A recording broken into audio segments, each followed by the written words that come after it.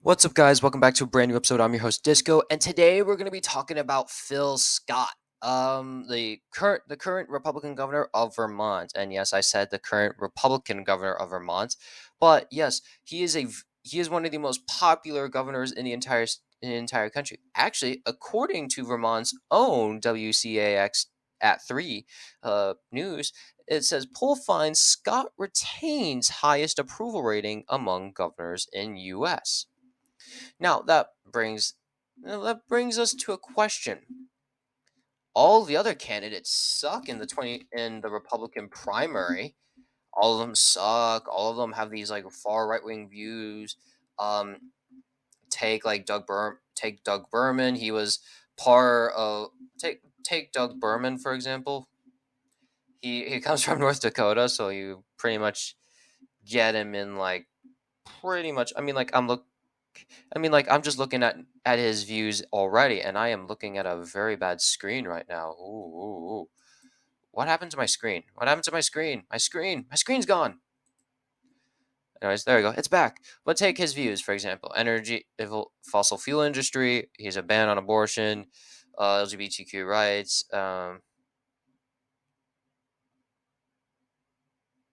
Ban on total gender affirming care for minors. This is a false hoax. Endorsing President Trump. And yeah, but yeah, he's unpopular because he's there. Chris Christie still has the baggage from 2016, and also left New Jersey with the lowest approval rating.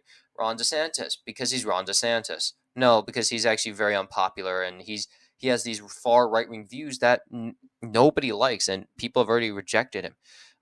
Larry Elder, he had also far right views, also promoted violence as well.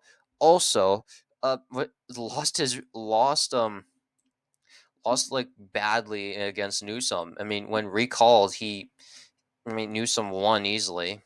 Wasn't very difficult for him to not lose, but yeah, it makes sense. But take the results. But Larry Elder kind of won with 3.5%. Oh, that makes sense. So yeah, I think he could be reelected. I think he could be elected, but he's just so far to the right. I mean, like look at his viewpoints. If you click on his name and find a way to find there, you find in his. So let's look on like some social issues. Elder came under fire criticism for his long history of disparaging statements about women. So he's already lost the vote for women. I mean, you just have to look at Roy Moore in Alabama. Oh Jesus, has made anti-LGBTQ remarks on Twitter and has repeatedly used male pronouns when referring to transgender women, such as Playboy, model lines up Frau, and fellow gubernatorial candidate Kathleen Jenner. I think that's pronounced it. And then, so yeah. And then Elder opposes abortion, calling it quote, murder. He has argued that Roe v. Wade should be overturned, calling the decision, quote, one of the worst decisions that the Supreme Court ever handed down, end quote. And he believes that there should be on the state level. Now he's already going to lose no matter what in the general election. Nikki Haley, pretty much the same person. Will Hurd, hold on, give me 5 seconds. Texas is 23rd. I have heard this, and my God, I sound like Sheldon. I'm watching too much Big Bang Theory. Yes, I knew it. Okay, this is U.S. representative from Texas is 23rd. I think this is the. Oh, he retired. Wait, hold up. This isn't. Hold on, give me a second. I've messed up. Okay, somebody fact check. Okay, U.S. representative from Texas 23rd. I think we gotta really recheck that because San Antonio because the other one is wrong. So yeah. And then Asa Hutchinson, I have not heard his views. I mean, like he tried vetoing like a few like anti LGBTQ laws, and so he's earned some respect, and he was very electable. Um, Department of Homeland Security, 2018 election. Tensure, here it is. Hutchinson took office as governor on January 13th, 2015, entering the state. Okay, so he's already lost. He criminalized abortion. I was like, yep, he's already lost. Perry Johnson, Mike Pence, unelectable. Vicky Swanson, Waswamy, wanted to up the voting age to 25. He's already lost my vote because I'm 18. Donald Trump, we already know that. Francis Suarez, a mayor. He's not a Pete Buttigieg. And Tim Scott has not really put anything much on the plate. He's your normal, typical conservative, although political positions. Let's see him. Taxes should be repealed. Okay.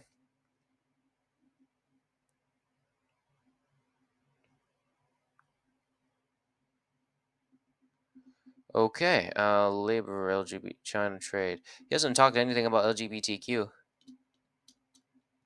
He's very elect. He is electable because he seems as the calm person. But yeah, but you know what all these people have in common, and I know I've took forever on this. They all are far right Republicans. Now, even like public expressed interest, John Bolton, Mike Rogers, potential candidates, former Energy Secretary Rick Perry, and current Governor Glenn Youngkin. Actually, Glenn Youngkin is a very is also very electable. Now, declined to be candidates: Marsha Blackburn, Tucker Carlson, Liz Cheney, Tom Cotton, Dan Crenshaw, Ted Cruz, Joni Ernst, Josh Hawley, Larry Hogan, Brian Kemp, Adam Kinzinger. Larry Hogan declined. Rand Paul, Mike Pompeo, Marco Rubio. Nobody, you can see on this list right here that nobody has really wanted to like. You see here, nobody's really good. Nobody is seen as really popular or in the middle or represents the American viewpoint. I think that that Phil Scott represents the American viewpoint. If you actually like go on like the governor's website, I believe past elections. No, they still haven't. They done the House, but they haven't done the Senate. The House. They've done the House, but they still haven't done the. Dios mío.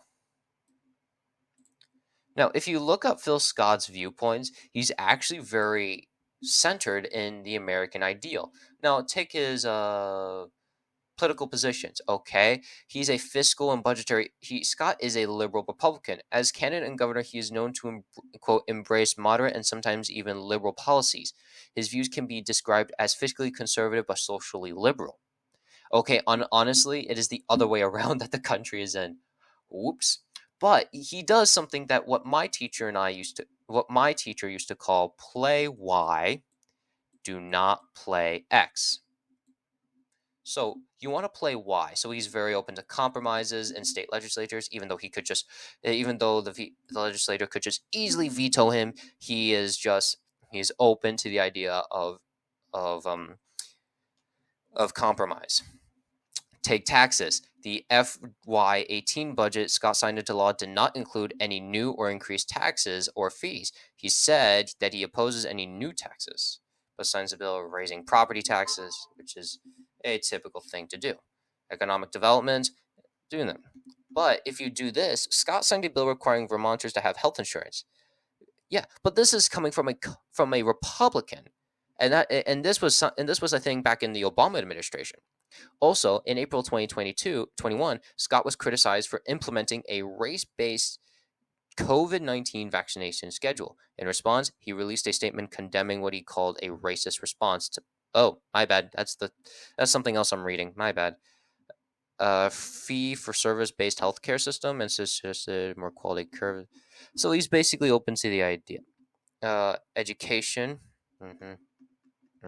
Gun law. Scott passed legislation that banned bump stock devices, expanded background checks and for gun purchases, raised the age to purchase firearms to 21 with certain exemptions, limited the purchase of certain high-capacity magazines, strengthened laws, basically did basically what Americans believe so.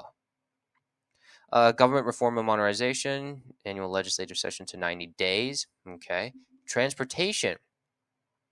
Abortion he's pro-choice and he signed the law into place, although they just did although he did just they just voted on that. He's supportive of same-sex marriage. Boom.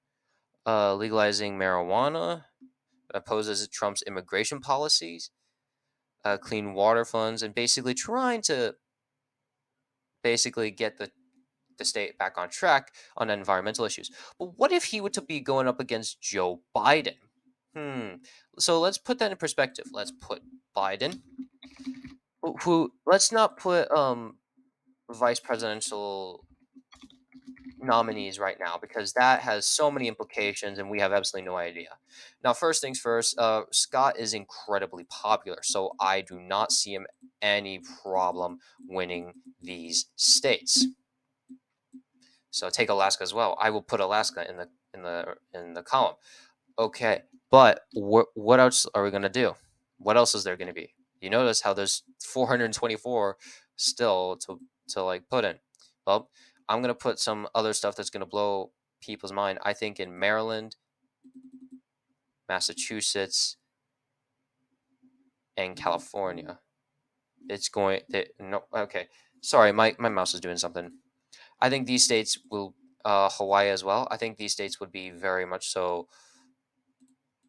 solid for the Democrats. I think Washington and Oregon would be likely. I think Colorado and New Mexico would also be likely. But I also think Phil Scott would win easily in Arizona and Nevada, because he's that open. He's very open. I think Scott could win Minnesota very easily, along with Wisconsin and Michigan, along with Pennsylvania, Ohio easily, Iowa, Texas, South Carolina, Georgia, North Carolina. Florida is going to be a bit of a challenge because he's going to be classified as like this liberal dude. I think Illinois he will be good. In Virginia it will be close. Delaware, New Jersey, Connecticut, Rhode Island, New York. I think Phil Scott would be good in New Hampshire, along with Maine at large, along with the second congressional district, and also the first congressional district in Maine will go to Biden, and then Scott would win easily in the second congressional district in Nebraska. But here's the main question: not about DC, but what about Vermont? How would that go? How would that go?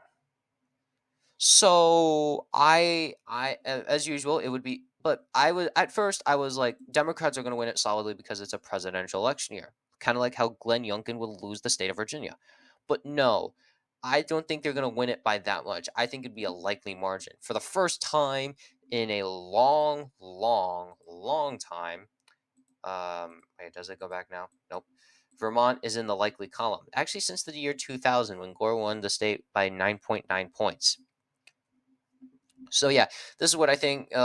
Scott would win by 329 votes, and with 329 electoral votes, and Biden would win 209, and Scott would win the popular vote, making it only the second time this century that the Republicans have won the presidency. Out of the four times, Bush in 2000, Bush in 2004, Trump in 2016, and this would be the fourth. This would only make the second time out of the four elections that Republicans won the popular vote. So yeah, so this is what I think. Comment down below if you have any questions on this. I think New Mexico would go this way. My bad. But yeah, if you have any comments down below, please let me know. If you have any disagreements, please let me know. I'm open to this. This is a very open issue, and this is just a what if scenario. What could happen? So this is just speculation as we go. But yeah. But thank you all so much for watching. Please like and subscribe. Hit that ding dong notification. If you have any comments, please let me know. I will try my best to respond to every single one of them. I am busy. I am sorry. But thank you all so much for watching, and I'll see you guys next time.